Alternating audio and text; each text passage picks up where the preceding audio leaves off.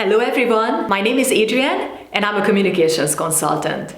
I help you sound great in front of audiences large or small and express your bright ideas. In today's video, I'd like to give you 3 points of caution as to how not to begin your speech, and I'd like to share 5 great ways with you as to how you can begin your speech and captivate your audience right away. So let's start with the don'ts.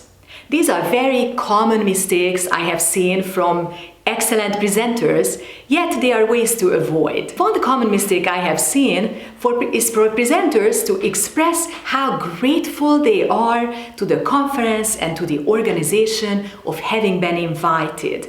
You know, phrases that you have probably heard before many times, like, "Hi everyone, it's such a great pleasure for me to be here. It is an honor to speak to this audience today," etc., etc. A little bit of a thank you, maybe to the person who introduces you, is fine, but if you go on with these niceties too long, you will actually lose the audience's attention. It is sad but true. Our attention spans are getting shorter and shorter. So if you take even 30-40 seconds for these niceties, you run the risk of losing your audience. And then people start to play on their cell phones, reply to their messages or whatever else they are busy with.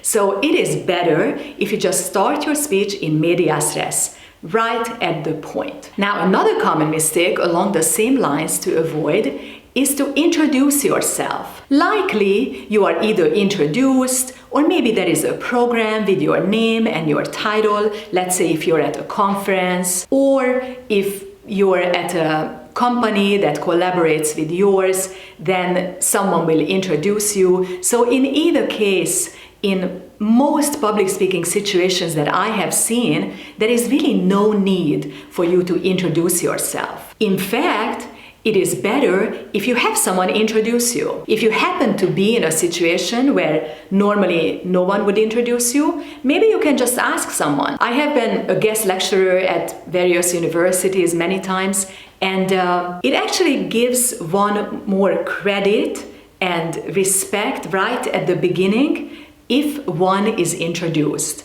So you can ask a colleague or whomever you're collaborating with to introduce you, say a few words about you, state your name, your title, whatever other information is relevant there. And to make it easier for the person who introduces you, maybe you can send a little paragraph about yourself. And that way they will say exactly what you would want to be said about you. So that was my pointer number 2. Don't introduce yourself, have someone introduce you.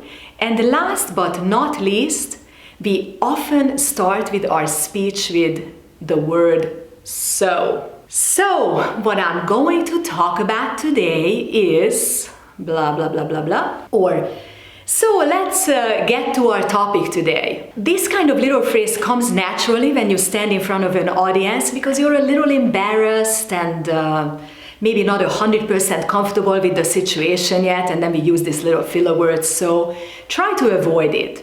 So normally stands when we express a cause and effect relationship or some kind of a logical relationship, and in this case, there is nothing to draw a conclusion from. So starting your speech with that little word is not appropriate. I suggest you practice your first sentence at home numerous times so you don't have to search for words and sentences once you're on the spot. Now let's get to the part of how you should begin your speech. One great way to start any speech, including business presentations, is with a story. And here keep in mind that a story can be told long-winded, it can be told in a short paragraph, or it can even be captured in just one sentence. One of the examples that captured my attention as I was watching speeches, I love TED speeches and I watch them frequently, is young scientist Akash Manoy's speech that he gave in 2018 on the TED stage. He started his speech by saying this sentence: "When I was 13 years old,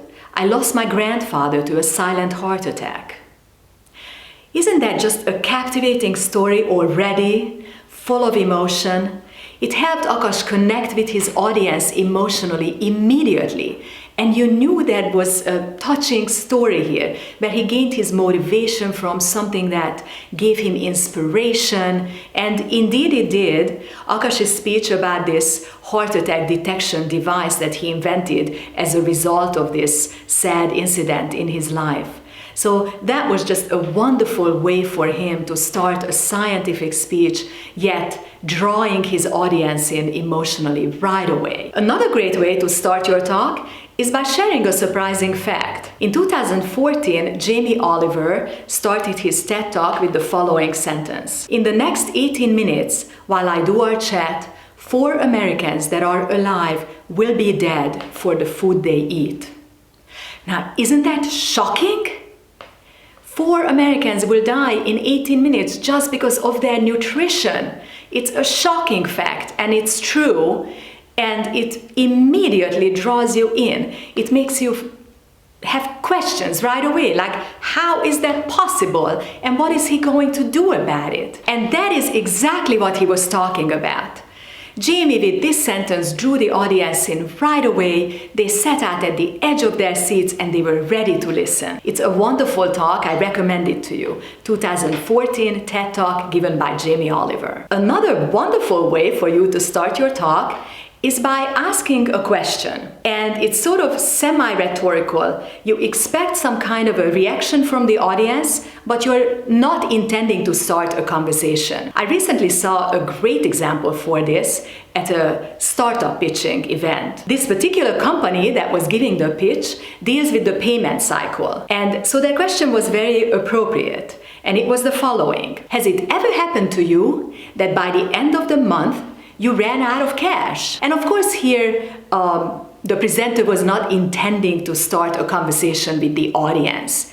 But to indicate that she would like to see some kind of reaction, by the end of the question, she raised her hand, expecting, of course, members of the audience whose answer is yes, to also raise their hands. And this way, an immediate relationship was created.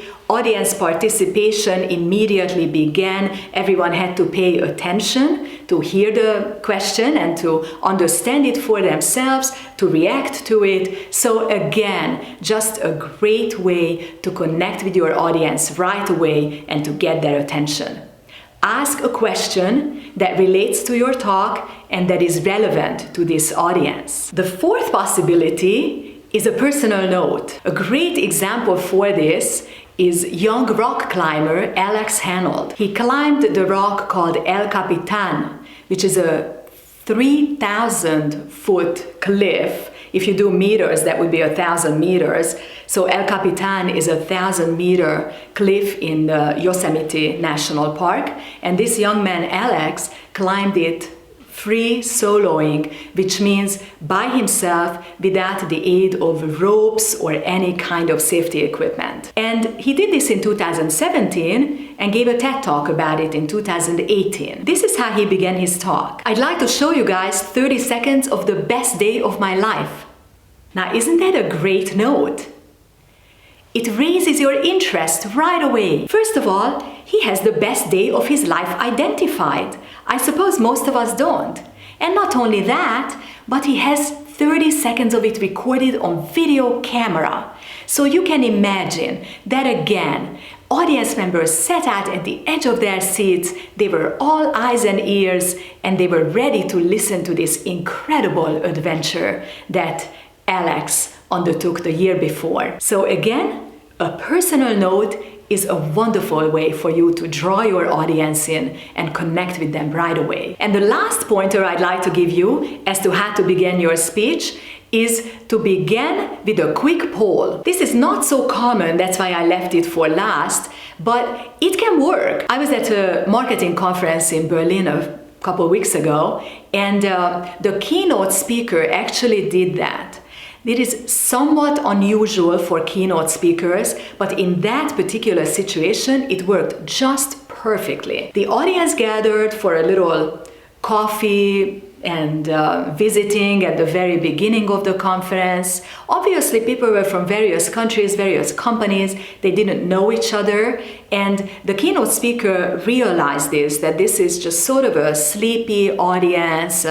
And he came up with this idea to warm them up. So he took a quick poll of where people were from, if they had been at the conference before, and immediately people started to interact with each other, respond to the questions, and it was really, by the time he got to his speech, everyone was in a more active and better mood. And by a quick poll, I mean just some simple questions like, who came from the farthest? Who is from a different continent? Raise your hand. Okay, there, I see people. Great, welcome. Or you can ask something like, have you ever been to this conference before? Please raise your hand if this is not your first time. And people respond, welcome, glad you came back, or something like that. Just something friendly, warm them up a little bit. It worked really, really well at this particular conference. Now, do use this method judiciously in some kind of a, let's say, scientific international conference that is all serious, it has a very serious tone, then this might not be a good thing to do. Judge for yourself. But it is a possibility. So to recap, 5 wonderful ways for you to use to begin your speech are a story, a personal note, a rhetorical question, a surprising fact, or a quick poll. I wish you a wonderful time presenting to an audience next time, and please do come back to my channel. Have a great day. Take care now.